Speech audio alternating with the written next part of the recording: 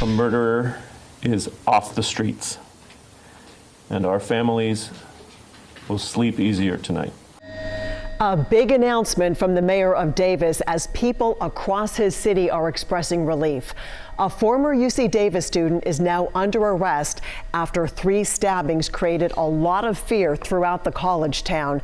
Today, police say that 21-year-old Carlos Dominguez killed 2 men and seriously hurt a woman just days after he had been removed as a student over academic issues. Dominguez was taken in for questioning as a person of interest yesterday, and Davis police say they arrested him this afternoon. Yeah, the investigation is still far from over. We do have team coverage on all of this new information that came out today, the ongoing investigation, and what UC Davis students have to say. We start with KCRA 3's Ty Steele anchoring our coverage from Sycamore Park. That's the site of one of the stabbings, and Ty also very close to where officers caught up with the suspect.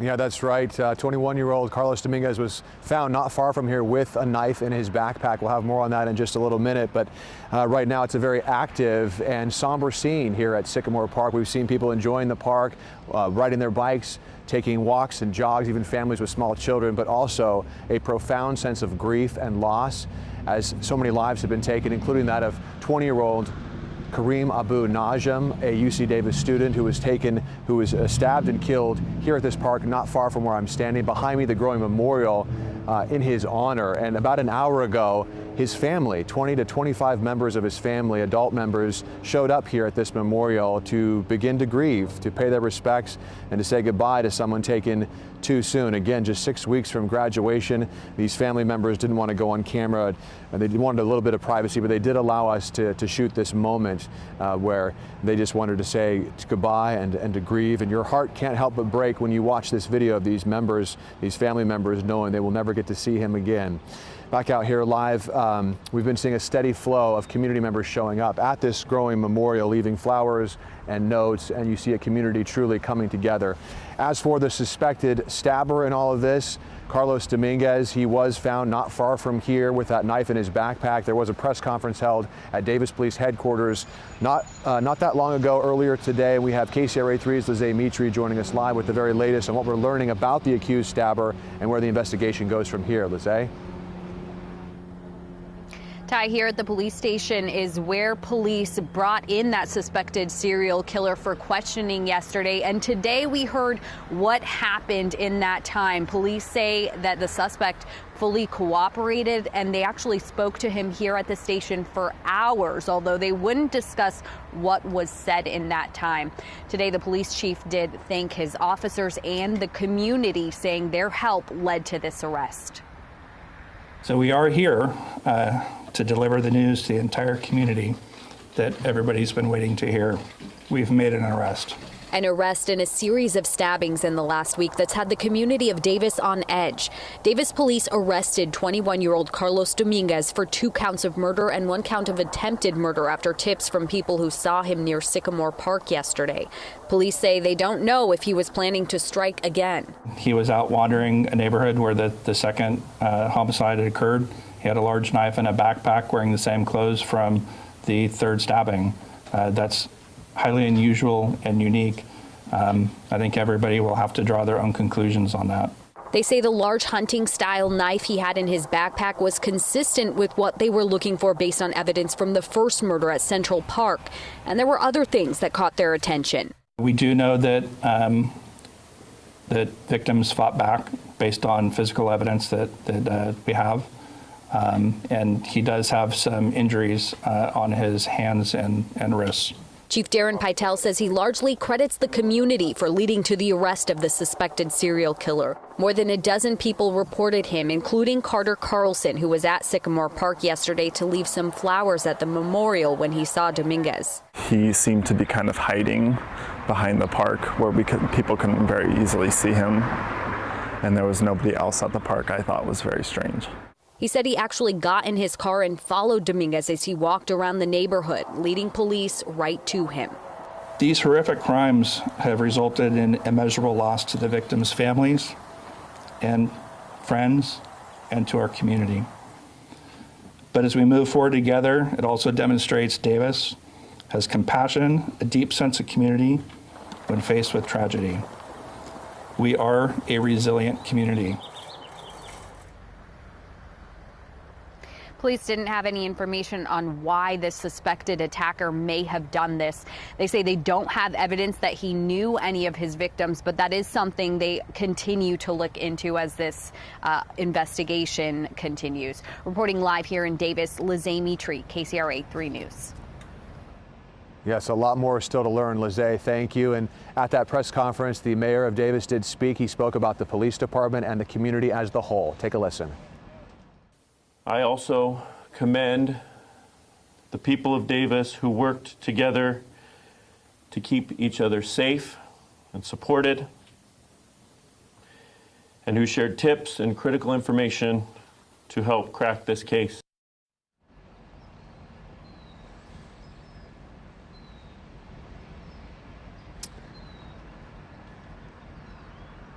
And this investigation all started with David Breaux when his body was found at Central Park. We'll show you the timeline of events right now. He was known as the compassion guy in Davis community, very well known. And Saturday night, 20-year-old UC Davis student Kareem Abu Najm was stabbed and killed at Sycamore Park. He was set to graduate just in 6 weeks from now, his whole life ahead of him. Then Monday night, a 64-year-old woman was stabbed through her tent multiple times. She actually called 911 herself at a homeless camp off of 2nd and L Streets. She is still in the hospital dealing with her injuries. The police and the FBI have been conducting a search on the suspect's home, who lived here in Davis for most of the day now. We go now to Hawthorne Lane, where KCRA 3's Danica Hill has been out there for about 3 hours. She has what you have been able to, Danica, what have you been able to learn about the suspect's home and this neighborhood? Yeah, so one thing that we've definitely learned out here is that this is a college neighborhood. I've talked to several people out here who are students at UC Davis, and we know that search is being conducted at the suspect's home just behind me. I'm going to step out of the shot and show you what it looks like out here now. They have pulled these SUVs up to try and block some of our view of what's actually happening. But all day we've seen FBI, police, and investigators going in and out of that home. And because of where those vehicles are parked, we haven't really been able to see much of the evidence that has been brought out. And so again, this we know is a neighborhood where a lot of students live. And in fact, we know that Carlos Dominguez, the suspect, was a former student at UC Davis and lived at this home with his roommates.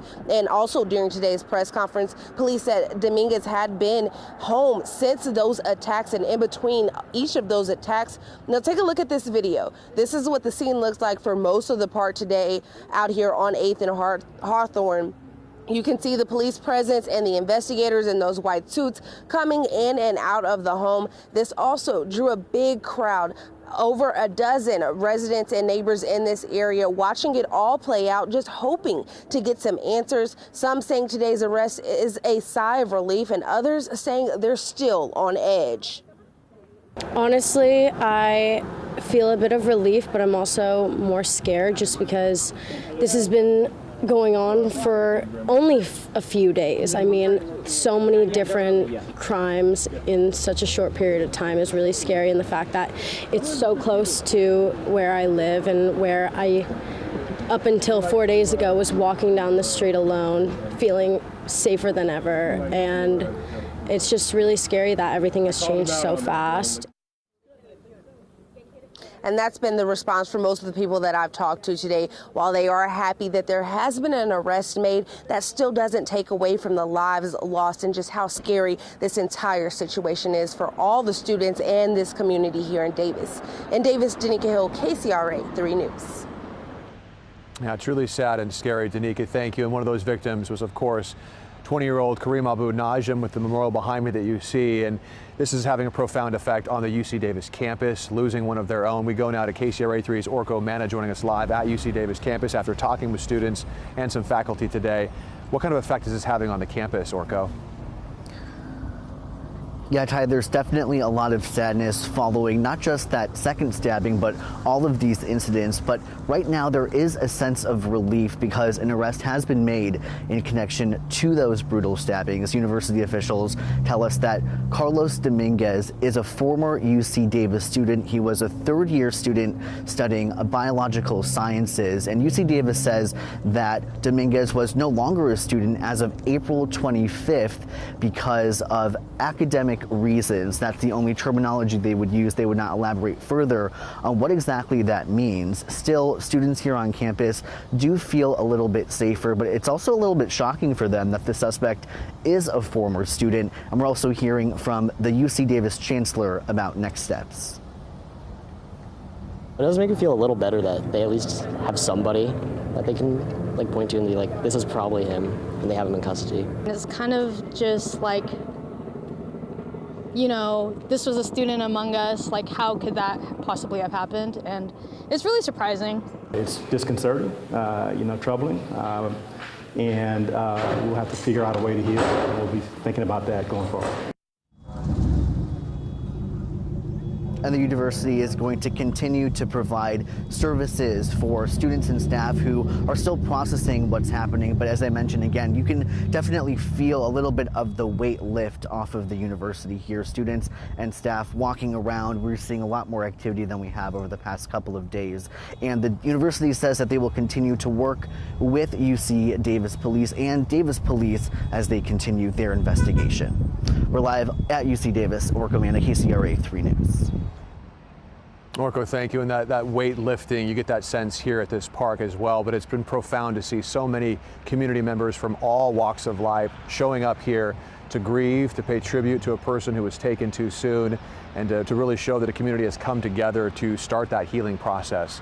Live out here at Sycamore Park, Ty Steele, KCRA 3 News. Yeah, you can see people even now, Ty, just paying their respects. And you can get the latest on this case with our KCRA 3 app. You can download that to your device, and we will send you breaking news alerts with developments in this investigation.